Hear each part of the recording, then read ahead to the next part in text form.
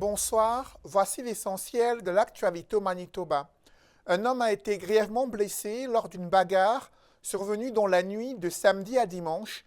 La scène s'est déroulée sur la rue St. James. Transporté à l'hôpital dans un état critique, la vie de la victime n'est pas en danger selon la police de Winnipeg.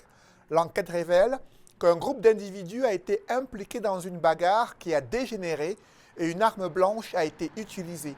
L'unité des crimes majeurs poursuit son enquête. Dans l'actualité, le gouvernement du Manitoba annonce un appui de 6 millions de dollars à la ville de Winnipeg pour repaver la route Mollard au nord de la capitale et construire un chemin piétonnier. Selon un communiqué rendu public ce dimanche, l'objectif est d'améliorer la qualité de la vie des résidents au nord de Winnipeg. La mise à disposition de ces fonds intervient dans un contexte où les membres de la Sikh Society of Manitoba ont mené un plaidoyer pour ce projet dans le but de faciliter l'accès à une école, une bibliothèque et un lieu de culte installés dans cette zone. Parlons à présent d'une tendance observée dans le secteur du textile et des vêtements. Certains créateurs et des consommateurs privilégient des choix éthiques et écologiques en matière d'habillement. Les enjeux de la mode durable sont au cœur d'une série d'activités organisées au Musée canadien pour les droits de la personne. Des créatrices de mode, des experts ont reconnu que de nombreux défis persistent et le public a été interpellé sur sa responsabilité écologique durant l'achat des vêtements. Éric Duhamel et Zach Dieu. Andréane Muller-Dandonneau conçoit et fabrique des vêtements depuis 2005. Pour elle, il est important de le faire en tenant compte des enjeux environnementaux. Quand on regarde notre collection, c'est fait ici au Manitoba. Alors ça, c'est dans la circularité. C'est aussi avec des matières naturelles. Et puis, on peut aussi les faire des retouches, on peut les revendre. Alors, on a tout un concept de circularité à Anne Muller. Elle présentait aujourd'hui certaines de ses créations au défilé Mode durable, Action responsable, organisé par le Musée canadien pour les droits de la personne et le Manitoba Council for International Cooperation. J'ai commencé à faire des collections zéro déchet. Alors ça ici, c'est quand j'utilise les retailles de mes collections à l'avant.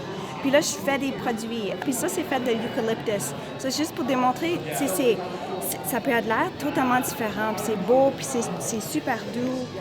Ça, c'est fait aussi au Canada. L'événement a aussi pour but de sensibiliser les gens sur les effets néfastes de l'industrie de la mode éphémère. A lot of garments end up in the landfill, which is not great for the environment. Prolonging the life by mending, by patching, by dyeing it yourself and revitalizing that garment is a perfect way to have a sustainable garment in your closet. C'est pourquoi des ateliers de teinture et de couture étaient proposés aux visiteurs pour comprendre comment prolonger la durée de vie de leurs vêtements. J'enseigne aussi la réparation, alors comment échanger une fermeture éclair dans ton manteau d'hiver. Tout le monde peut apprendre. C'est très facile. Les machines de nos temps sont super faciles à apprendre comment utiliser. C'est pas si compliqué que ça.